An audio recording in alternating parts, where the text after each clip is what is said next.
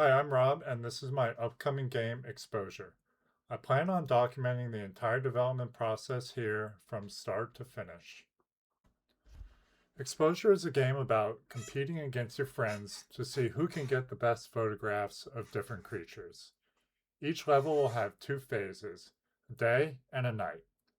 During the day, the challenge is getting close enough to creatures to get the perfect shot without scaring them away.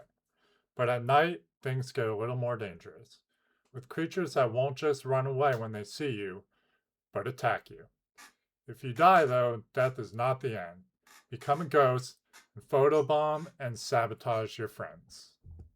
For this devlog, I'm just going to briefly go over each of the creature states and show how they behave. I'm planning a separate video where I'll go more in depth into how I built the state machine. Because this is a multiplayer game, one of the first things I had to put in place was networking. Currently, it only networks over local Wi-Fi, but the creatures are responding to each of the players. Here, the creature starts in its wander state, where it'll move around the area until something gets its attention.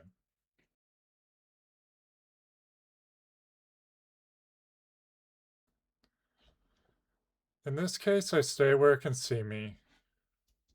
Once the creature sees the player, it transitions into its chase state.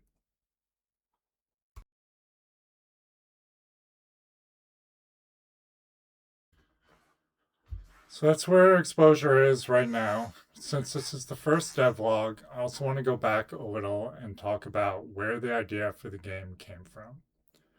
Over the last few months, I've started to get into photography. I knew I wanted my next project to be something I could build around playing with friends.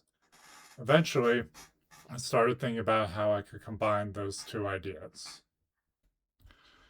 Now let's talk about the boring stuff. I usually start with a brief outline of the idea.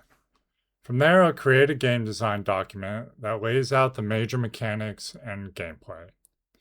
Then I'll use Jira for project management, where I break everything down into smaller, more manageable tasks. I then use those tasks to build out a sprint, which is basically just the work I want to get done that week, or however long I decide that sprint is going to be.